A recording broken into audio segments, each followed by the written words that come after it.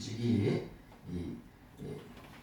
노벨 평화상을 수상했던 남아공의 최초 흑인 대통령 넬슨 만델라라고 하는 사람은 유명한 말을 했는데요. 아무리 단호한 사람이라도, 아무리 폭력을 신봉하는 사람이라도 평화를 통해 바뀔 수 있다, 이렇게 말하면서 용서와 화해를 강조한 기독교인이었습니다. 여기 본문 14절에 보면은 그는 우리의 화평이신지라. 그 넬슨 만델라가 말하기를 평화를 통해 아무리 단호한 사람이라도, 아무리 폭력을 신봉하고 휘두르는 사람일지라도 바뀔 수 있다고 이렇게 말하였는데, 그가 말하는 그 평화가 바로 오늘 읽은 이 본문 말씀 14절에 나와 있기를 그는 우리의 화평이신지라. 여기서 그가 누구입니까? 이것을 그는 우리의 화평이신지라, 이 공동 번역하고 현대인의 성경에서는 이 그라고 하는 말을 여기다가 이렇게 구체적으로 써 넣었어요. 그래서 그리스도야말로 우리의 평화이십니다, 이렇게 기록을 하고 있고요. 현대인의 성경은 예수님은 우리의 평화가 되시는 분이십니다. 우리 오늘 읽은 말씀에 보면은 그는, 나는, 이는, 이런 말이 많이 나오는데, 이러다 보니까 이것을 그냥 짐작해서 이거겠거니 하는데, 사실 이것이 좀 더 구체적으로 이게 뭘 말하는 건지 짐작으로 하기보다 우리가 확인하고 정확히 알 필요가 있겠습니다. 이제 본문에 나오는 14절에 그는 우리 화평이신지라, 이것은 참으로 예수 그리스도야말로 유일한 우리 화평이다, 평화다, 이렇게 볼 수가 있는 것입니다. 세상 그 어떠한 것도, 그 어떠한 신도 화평이 아니라고 하는 것입니다. 오직 예수 그리스도만이 화평이라고 하는 것입니다. 여기서 그 화평이라고 하는 말은 때로는 그 평화라고 번역이 되기도 하고, 화목이라든지 화해, 이런 말과 유사한 말이라고 볼 수가 있겠습니다. 이 신약에서 화평이라고 하는 것이 에이레네, 이렇게 원문에는 되어 있는데요. 이것이 우리가 일찍이 구약에서 많이 다뤘던 그 샬롬, 그것은 평화, 평강, 이런 말이죠. 바로 그 샬롬과 유사한 말이 신약에서는 그 에이레네, 그래서 여기 그 평화, 화해, 화평, 화목, 이렇게 사용되고 있다고 볼 수가 있겠습니다. 이제 예수님께서 우리의 유일한 평화라고 하는 것은 바로 십자가 보혈을 통해서 죄 용서를 이룩하셨는데, 그 과정은 여기에 14절에서 한 가지, 15절에서 한 가지, 16절에서 한 가지, 그 세 가지 핵심적인 화목을 이룬 과정에 대해서 말하고 있습니다. 우선 14절에서는 막힌 담을 헐으셨다, 15절에서는 율법을 폐하셨다, 이제 16절에서는 하나님과 화목을 이루하셨다.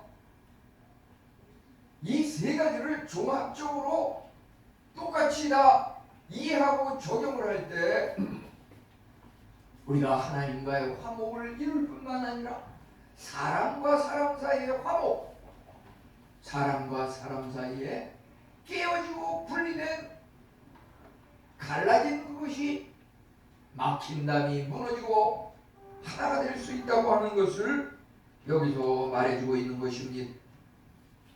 우리가 예수님을 믿는 것은 그 어떤 세상의 이론과 체계 논리도 시시때때로 변하고 맞지 않지만은 성경의 진리는 1.1획도 틀림이 없고 과거나 현재나 앞으로 영원토록 틀림없이 적용되는 것이기 때문에 우리는 이 성경에 나오는 이 말씀을 한 구절 한 구절, 한 글자 한 글자 끝없이 하나 놓치지 말고 평생 그것을 연구하고 이해하고 알므로써 하나님이 기뻐하시는 삶을 살 수 있다고 확신하는 것입니다. 우선 첫째, 화목의 비결 십자가라고 하는 것이, 첫째는 14절에 보면은 막힌 담을 하셨다 이렇게 말하고 있습니다. 이 막힌 담은 무엇입니까? 중간에 막힌 담을 자기 육체로 하시고, 여기서 말하는 그 막힌 담이라고 하는 것은 그 14절 앞에 11절부터 13절에서는 주로 유대인과 이방인 사이에 갈라선 그 막힌 담에 대해서 이야기하고 있습니다.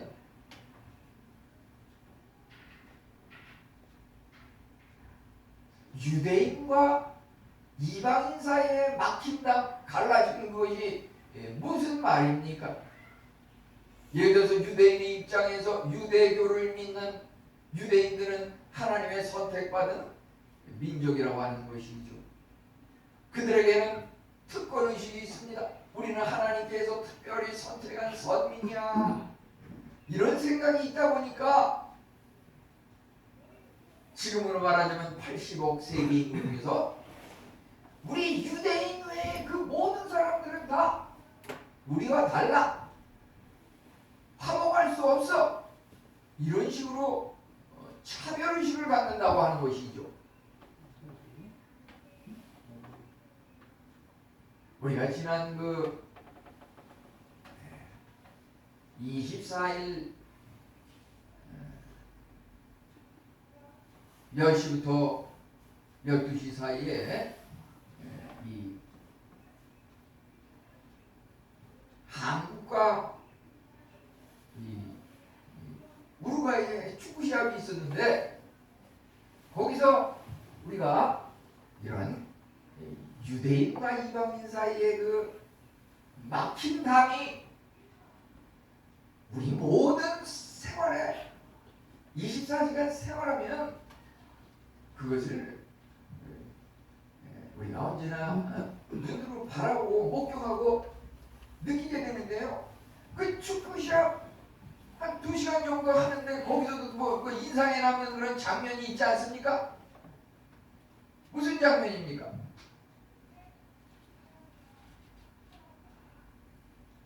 그거 보니까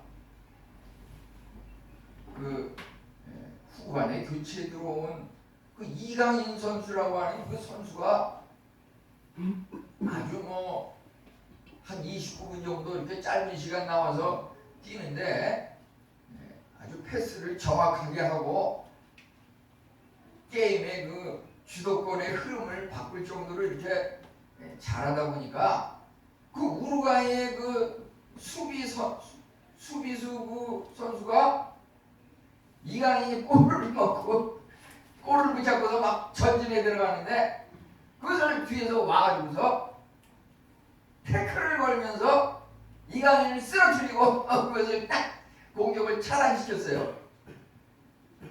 그런 것은 뭐 흔히 우리가 축구 시합에서 볼 수 있는 거지만, 그것이 특히 인상에 남는 것은 그 우루과이 선수가 이강인을 태클해가지고 넘어뜨리면서 어떤 동작을 취했습니까? 그 동작이 참으로 인상에 남지 않습니까? 무슨 동작을 취했죠? 그 우루과이 선수가 이강인 선수를 태클하면서 넘어뜨리고 나서, 옛날로 말하자면 이 히딩크 감독의 그 어퍼컷 세리머니라는 거 아시는지 모르겠어요. 어퍼컷 세리머니. 그 우루과이 선수가 이강인 선수를 넘어뜨리고 태클하고서 막아내고서 그가 취한 동작이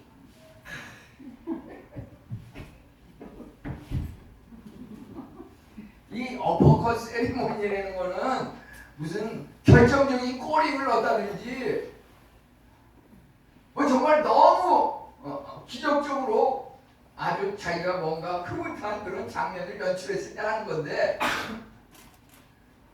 사실 그 어퍼컷 세리머니라는 그 우루과이 선수는 과거에도 말이죠. 그 전적이 있어요. 전력이 있어요. 무슨 전력이 있습니까? 그 사람이 몇 년 전에도 그 축구 시합에서 그가 골임을 넣고 나서 이렇게 양쪽 눈을 갖다가 말이죠. 눈을 갖다가 이렇게 그 눈 찢는 세리머니라고 그러는데 눈 찢는 세리머니를 과거에 해가지고서 아주 기자들한테 대서특필됐던 그 선수인데 그 눈 찢는 세리머니라고 하는 것이 유럽 선수들에게 있어서 아시아인에 대한 비하, 아시아인을 아주 우습게 보는 그게 저 보면은 일본하고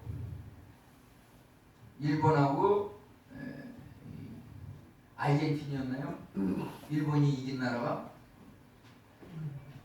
일본이 승리한 그 나라 그 상대팀에서도 보게 되면은 자기네가 1대0으로 이기고서 아주 어깨를 우쭐하면서 방심을 해가지고서 뛰면서 무슨 이 무릎을 갖다가 90도로 이렇게 해가지고서 이렇게 뛰는 장면이 사진에 딱 나왔는데 그 무릎을 들면서 이렇게 90도로 들면서 뛰는 그게 뭐냐면은 또 일본 사람 아시아인에 대한 아주 비하하는 그런 행동이라고 그래요. 너희들 아주 아시아 사람들 아주 별볼일 없고 우스운 사람들이다 말이지. 우리가 다 그냥 깡충깡충 뛰면서 다 짓밟아 버릴 수 있는 아주 하찮은 존재들이다. 뭐 이런 식으로 그 동작을 취하고 이러다 보니까 그 방심한 그런 마음이 그 역전이 돼가지고서 1대1에서 2대1로 돼가지고 지고 말았잖아요. 그 나라가. 그러니까 이게 물론 이 아시아와 유럽 아주 실력차가 엄청났을 때는 그런 게 먹혀 들어갈지 모르지만 시대가 자꾸 바뀌고 미래의 시대는 이제 아시아가 더 유럽과 미국을 능가하는 이런 시대로 지금 시대가 바뀌고 있거든요. 시대의 흐름을 우리가 알아야 되거든요. 무슨 말이냐면 여기 유대인과 이방인에게 있어서 유대인의 그 사후방식이라고 하는 것은 어찌 보면 구약의 그 아주 율법적인 사고방식이라고 하는 것은 뭐냐면 의식적인 거, 겉으로 드러나는 행동적인 거, 눈에 보이는 거 그것만 추구하는 그런 마음의 의식이에요. 예배를 드려도 뭔가 경건하게 남이 보기에 아주 인정을 받을 수 있고 눈도장을 찍기 위한 사람에게 눈도장을 찍기 위한 그런 의식적인 겉에 보이는 그 구약시대의 그런 형식적인 예배가 말이죠. 이제 이방인을 똑같이 존중한다는 말은 무슨 말이냐면 이제 예수 그리스도가 오심으로 예수 그리스도의 십자가가 이방인과 유대인 사이에 그 막힌 담을 헐어서 그 장벽을 없애가지고 이제 십자가 그 보혈을 통해서 이제 신약 시대의 그 예배라고 하는 것은 어떤 의식적인 율법적인 그런 것이 아니라 영과 진리로 드리는 마음과 영혼의 예배. 그래서 우리가 사람의 눈으로 평가할 수 없어요. 아무에는 아주 신령하고 거룩하고 법 없이 살 사람이야. 그 우리 인간이 판단할 수 없는 것이죠. 하나님께서 그 우리의 중심을 아시고 그 영과 진리로 드리는 그 예배를 기뻐 받으신다고 하는 것이에요. 그 그런 비결이 구약시대의 그 형식적인 율법적인 예배를 예수 그리스도의 십자가로 무너뜨리고 율법을 폐하시고 이제 영과 진리로 드리는 내면적인 마음과 영혼의 그러한 진정한 예배를 신약시대에 와서 이제 드리게 됐다고 하는 것이죠. 그렇기 때문에 이제 오늘날에는 유대인들이 물론 하나님의 선민이지만은 새 유대인, 구약시대에는 예배를 드려도 말이죠. 무슨 절기에 그 예배를 드리면 예를 들어서 6월절 예배는 1년에 한 번씩 온 국민이 그냥 동서남북에서 다 예루살렘으로 순례자의 그 여행을 하듯이 예루살렘에 모여서 그 예배를 드리고 이러한 것만 경건한 걸로 하나님이 인정하고 받아들이는 걸로 이렇게 그들이 해마다 그러면서 지냈다고 하는 것이죠. 이제 이방인들 예수 그리스도의 영과 진리로 드리는 예배는 오직 예루살렘에서만 드리는 예배가 아니라 지방 그 어느 곳에서도 드리는 그 예배를 하나님께서 중심을 보고 기뻐 받으셨다고 하는 것입니다. 이제 하나님과 사람 사이에 어떠한 거리감이 있었습니까? 우리 여기 오른쪽에 그림이 있는데 주보 앞에도 그것이 나와 있죠. 하나님과 사람 사이에, 하늘과 땅 사이에 도저히 도달할 수 없는 인간의 그 추악한 모습으로는 하나님의 거룩한 그것에 도달할 수 없는 이러한 죄인이기 때문에 그러한 문제가 왜 생겼습니까? 창세기에서 최초 인간 아담이 하나님의 형상을 따라 거룩하고 경건한 모습으로 지어졌지만은 그가 마귀 사탄의 뱀의 유혹에 넘어감으로 말미암아 이제 아담과 하와가 에덴 동산에서 추방을 당하고 쫓겨났다고 하는 것이죠.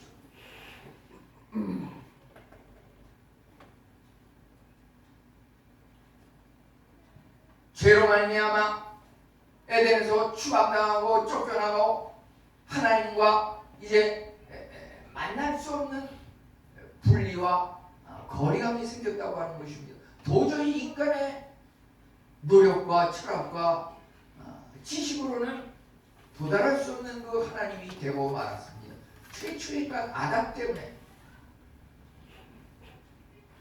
이제 제2의 아담 예수 그리스도께서 오셔서 십자가의 보혈로 죽으심으로 말미암아 우리 죄를 짊어지고 죽으심으로 말미암아 예수님께서 이제 막힌 담을 허시고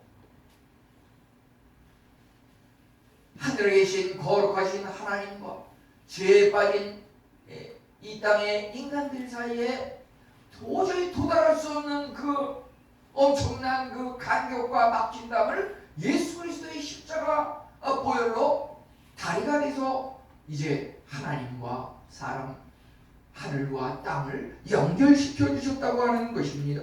무엇이 우리에게 큰 장애물이고 하나님과의 사이를 거리를 두게 만들었습니까? 아담의 그 뱀의 유혹에 넘어간 그 죄악.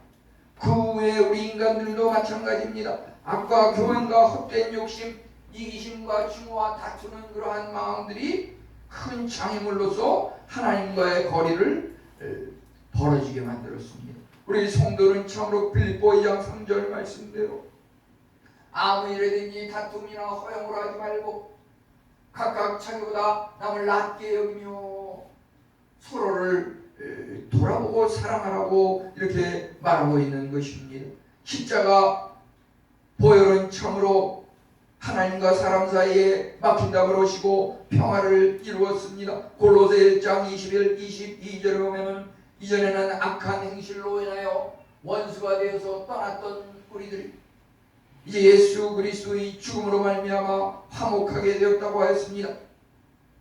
이 유대인과 이방인 사이에 막힌 담, 거리감 이것은 우리가 다시 보게 되면은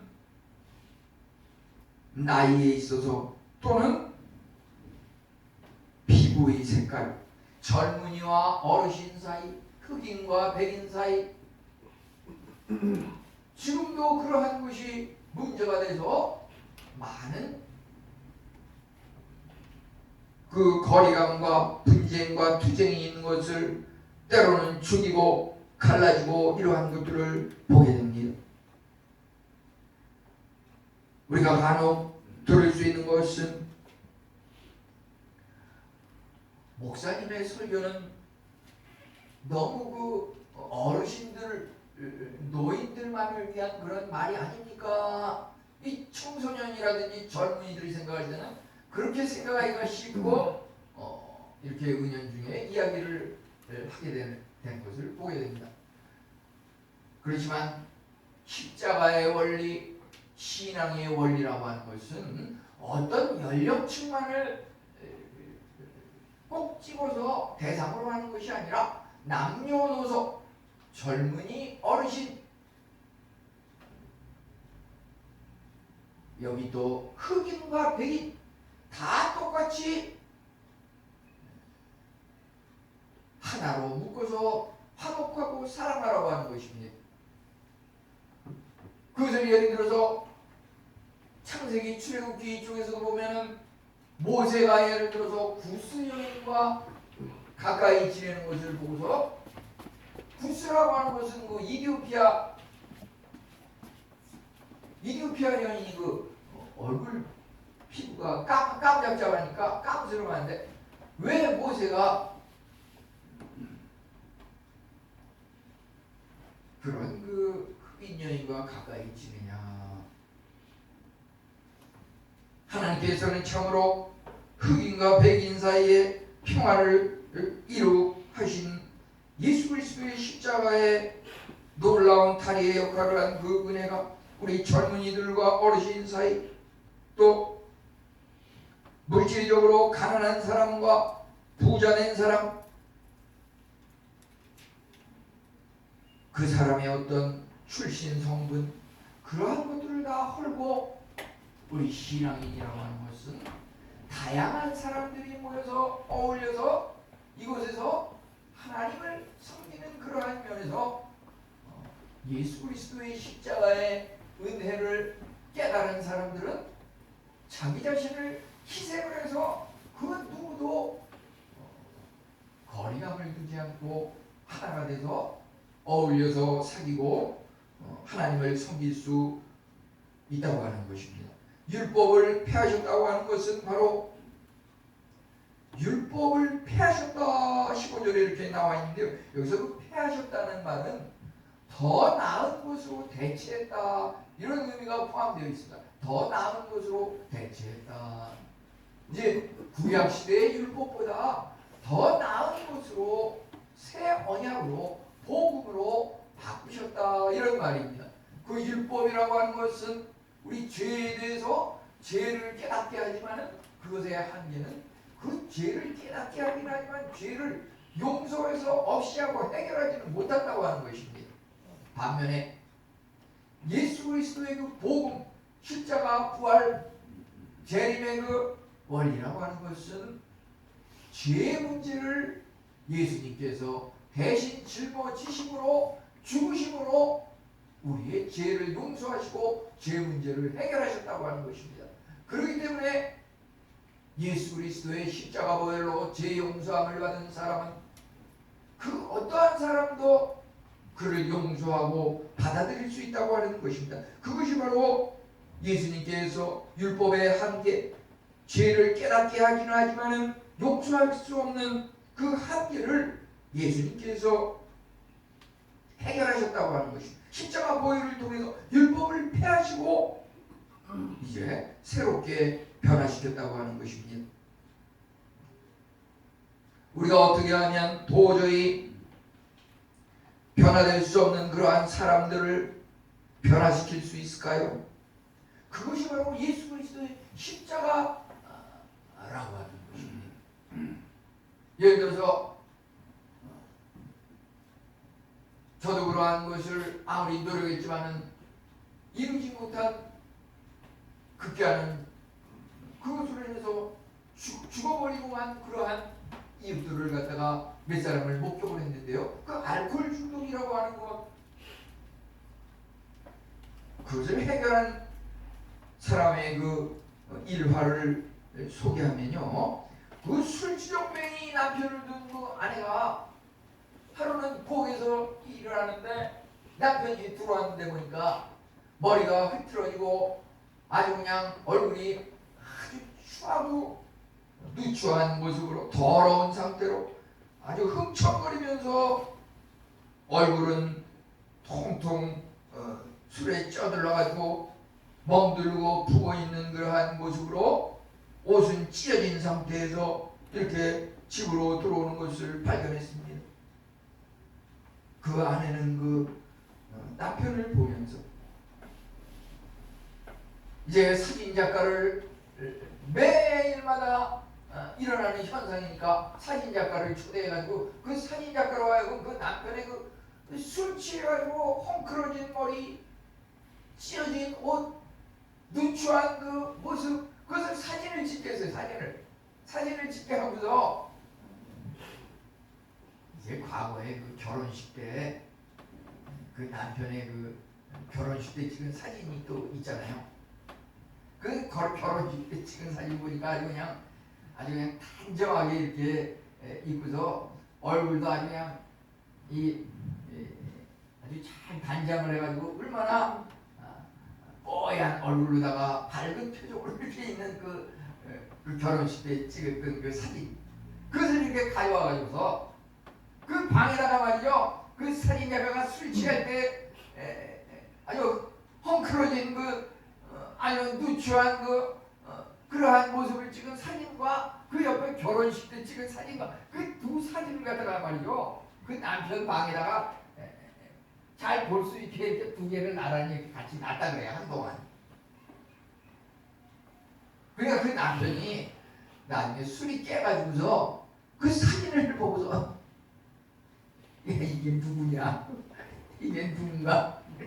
가만히 보니까 자기가 술 취할 때 모습하고 술 취하지 않았을 때 그 결혼식 때 찍은 그 단정한 사진 그것을 보면서 자기가 깨달음이 있었대요. 야, 이거 내가 술을 끊어야겠구나. 우리 혹시 주위에서 그 알코올 중독 때문에 고통받고 있는 우리 성도님들 혹시 계시면 사진기, 그 스마트폰을 준비하셨다가 그 술 취해가지고 아니면 헝클어지는 그러한 것을 한번 사진을 딱 찍고서 말이죠, 결혼식 때 또 찍어서 사진을 갖다가 이렇게 해서 두 개를 한번 그 알코올 중독된 그 사람 잘 볼 수 있는 데다가 이렇게 한번 보게 해보세요. 한번 이러한 변화가 일어날 수 있을 가능성이 틀림없이 있을 겁니다. 한번 적용해 보세요. 시도해 볼 만합니다.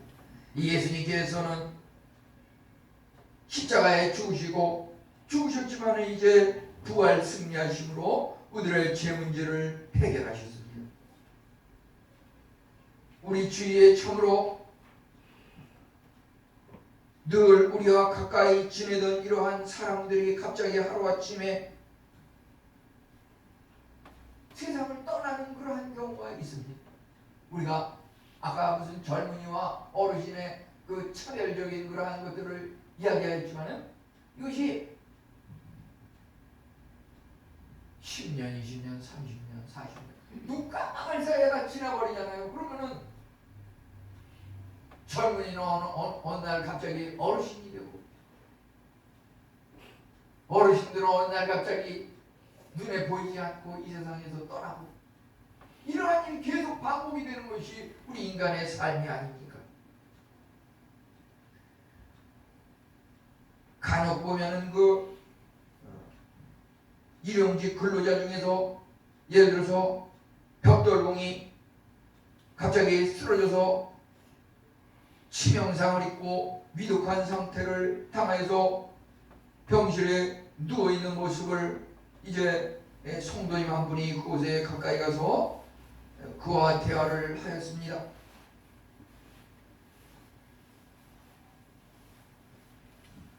그 죽어가는 사람을 보면서 참으로 당신의 모습이 너무 안타깝습니다 라고 하면서 그 성도가 그에게 마지막으로 한 말은 죽기 전에 평화를 이루소서 이렇게 말을 했다고 하는데, 정말 죽기 전에 예수 그리스도의 십자가 보혈을 통한 하나님과의 평화, 그것을 이룬다고 하면은 우리는 죽어도 원이 없을 것입니다. 하나님과의 평화는 지금 또는 미래에 이루어지는 것이 아니라 2000년 전에 예수님께서 이 땅에 오셔서 우리를 위하여 십자가에 못 박혀 돌아가시는 그때 이미 이루어진 것입니다. 예수 그리스도의 그 십자가 보혈의 은혜라고 하는 것은 과거와 현재와 미래 그 모든 죄를 짊어지고 해결하셨기 때문에 예수님을 믿는 사람들은 하나님과 화목하고 내 이웃 그 어떠한 불가능한 사람과도 화목할 수 있다고 하는 그러한 본을 우리가 깨닫게 되는 것입니다. 의식적 형식적인 그 율법을 예수 그리스도의 십자가가 무너뜨리셨습니다. 구약은 참으로 외적인 예배 형식을 강조하지만은 신약 예수 그리스도를 통해서 이제 영과 진리로 드리는 내적인 예배 형식을 중요하게 여기게 되었습니다. 어찌 보면 한국 교회가 코로나를 계기로 해서 그 코로나 이전에 눈에 보일 정도로 너무 삐까번쩍하게 건물이 올라가고 성도가 발을 들여놓을 수 없을 정도로 많은 성도가 교회마다 운집하고 그러한 시대가 있었다고 하지만은 그 많은 사람들이 참으로 예수님을 믿기만 하면 다 집을 사고 부자가 되고 성공한다더라. 그 세상적인 욕망과 목표만을 가지고 많은 사람들이 교회에 몰려들었지만은 이제 코로나를 점해서 비록 숫자가 줄어들었다고는 하지만은 어찌 보면 이러한 것들이 또 긍정적인 면이 있는 겁니다. 주님께서 오시는 날 가까울수록 알곡과 가라지가 완전히 구별되면서 진정 하나님을 믿는 그러한 성도들이 끝까지 인내하면서 주님을 믿을 수 있게 된다고 하는 것입니다. 이제 참으로 법조문으로 된 형식적인 계명의 율법은 예수 그리스도의 십자가 보혈로 물리치셨습니다. 결과적으로 이제 하나님과 화목하게 되었습니다. 16절에 보면은 십자가로 이 돌을 한 몸으로 하나님과 화목하게 하려 하심이라 원수된 것을 소멸하였으니 이 평화의 창시자 예수 그리스도 그분이 참으로 평화의 상징입니다. 첫 아담으로 말미암아 하나님과 인간 사이에 불화가 생기고 에덴 동산에서 쫓겨났습니다. 낙원 에돔 동산을 잃어버렸습니다. 그것을 우리가 유명한 그 소설가 신낙원이라고 하는 그 소설 제목과 같이 낙원을 잃어버렸는데, 우리가 예수님을 믿는 것은 구원을 받았다고 하는 것은 그 낙원을 회복하는 것입니다. 복낙원 회복하는 것입니다. 낙원을. 그것은 바로 예수 그리스도의 십자가를 통해서 하나님과 화목한 관계를 이루게 된다고 하는 것입니다. 한번 예수 그리스도를 믿고 평화를 이룬 사람은 일시적으로 평화롭다가 그것이 깨어지고 이런 것을 반복하는 것이 아니라 영구적인 평화와 화목을 이룰 수 있다고 하는 것입니다. 십자가를 통해서 화목과 화해와 화평을 이루게 되었습니다. 예수 그리스도의 십자가를 통한 화평이라고 하는 것은 이제 이미 구약시대 여러 번 예언이 된 것이고 그 예언대로 성취된 것입니다. 이사야서 53장 5절에 그가 징계를 받음으로 우리는 평화를 누리고, 예수 그리스도께서 십자가 보혈의 죽음의 징계를 우리를 대신해서 짊어지심으로 말미암아 우리가 평화를 누렸다고 하는 것입니다. 우리도 예수님처럼 죽기까지 끝까지 포기하지 말고 인내할 때 평화를 누릴 수 있다고 이사야 선지자는 예언을 하는데, 그 예언대로 이제 예수님께서 오셔서 십자가 죽으시고 성경대로 다시 사흘 만에 부활하셨습니다. 예수님을 믿는 우리들 또한 예수님처럼 십자가 보혈의 그 믿음과 진리를 통해서 우리는 화목을 이룰 수 있고 되찾을 수 있는 것입니다. 요한복음 15장 5절은 나는 포도나무요 너희는 가지라. 너희가 내 안에 내가 너희 안에 있으면 열매를 많이 맺을 수 있다고 하였습니다. 우리가 참으로 이 손에서 새끼손가락을 갖다가 잘라서 떨어져 나가게 한다 그러면 그 새끼손가락에 생명이 있습니까? 그것이 움직일 수 있습니까? 아무 쓸데도 없는 그러한 것이 아닙니까? 예수님께서 요한복음에서 나는 포도나무요 너희는 가지니라고 말씀하신 것을, 너희가 내 안에 내가 너희 안에 거하면, 우리가 예수님 안에 딱 붙어 있으면 예수님께서 우리의 연약한 부분에 대해서 생명과 에너지와 힘을 공급하심으로 우리가 참으로 기쁘고 즐겁고 힘차게 살아가지만, 예수님을 떠난 삶이라고 하는 것은 손에서 잘려나간 그 새끼손가락처럼 아무 쓸모도 없는 무익한 그러한 것으로 전락하고 만다고 하는 것입니다. 하나님과의 화목, 십자가를 통한 화목이라고 하는 것은 이제 마지막으로 파도 한가운데 있는 안전한 바위에 대해서 소개해 보려고 합니다. 이제 그 이태리 피렌체의 피티 궁전이라고 하는 곳에 보면은 그 벽에 그냥 온통 수많은 그림이 그려져 있는데, 그 중에서 특별히 많이 이렇게 회자되는 그 그림 두 가지가 있습니다. 그것은 뭐냐면은, 하나는 폭풍과 번개와 천둥이 치는 그러한 바닷속에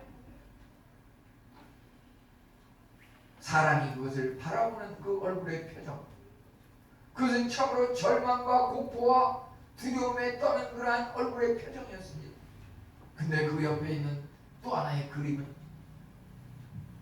똑같이 폭풍우가 치고 파도가 거세고 절망적인 그러한 순간에 얼굴에 미소와 희망을 띤 그 얼굴이 그려져 있는 그 그림이 나란히 있는 것을 보게 됩니다. 그가 참으로 폭풍우와 휘몰아치는 번개 천둥 큰 파도 속에서도 미소를 띄우며 평화로운 얼굴을 할 수 있었던 것은 거기에 그 큰 바위가 있었기 때문입니다. 아무리 큰 폭풍우와 번개 천둥이 몰아친다 하더라도 거기에 큰 바위가 있게 되면 그 바위에 참으로 꽃이 피고 새싹이 돋고, 그 바위에 날아가던 비둘기가 평화롭게 앉아서 숨쉬고 지저귀면서 평화를 누리게 되는 것을 보게 됩니다.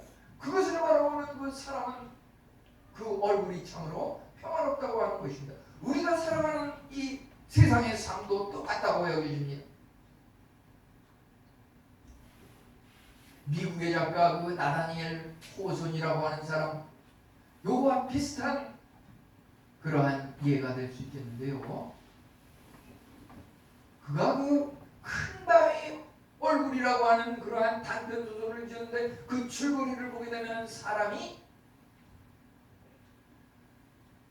무엇을 바라보고 사느냐에 따라서 그 얼굴 표정이 달라지고 그 삶의 그 인생이 실패와 성공이 갈라진다고 하는 이러한 줄거리로 그 소설을 썼던 것을 보게 됩니다.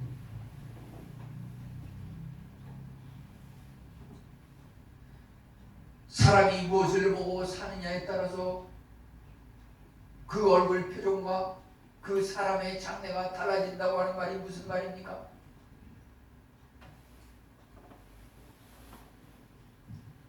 세상에는 어차피 때로는 지진이 일어나고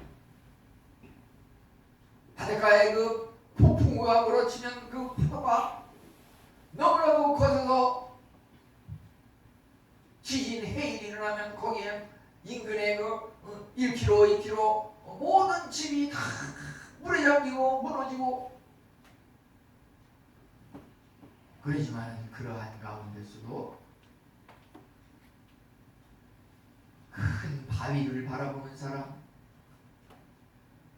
세상 풍파, 마귀, 사탄의 유혹이 가득한 이러한 세상 속이지만 예수 그리스도의 십자가 보혈의 그 화목하고 평화롭게 하는 그 주님을 바라보는 사람의 얼굴이라고 하는 것은 늘 기쁨과 평화가 함께한다고 하는 것입니다.